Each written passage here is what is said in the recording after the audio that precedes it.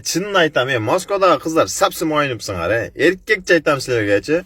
Бирөөдөн номерин алып жазасыңбы, кандайсың, жакшы, эртеси кутмадың деп жазган болсоң, кандайсың ака жан дейсиңер да, мындай сөздү ham келтирип, эки бетин өпкөн смайликти жөнөтүп, анан жакшы өзүң кандайсың, иштен качан чыгасың дегенде эле ушу 2000 берип туруңчу, бүгүн бир белен болтат депчи. Силерде өзү бир белеңер дайым болотчу. Бир айда бир жолу дайым болуп турат. Эркекче бетиңерге айтайынбы? Силер өзүңөрдү ушунчалык шарик ойлосоңорчу, мен ошончо кызды чогултуруп бардыгы шаригин жергенминчи. Ойнтуп өзчү жас эле пул сурап, Москвадагы кыздар өзүңөрдү кичине баскыла. Эркек балачы нормальный мамиле кылайын деп деле жазат силерге. Ошону кадырга жеткиле.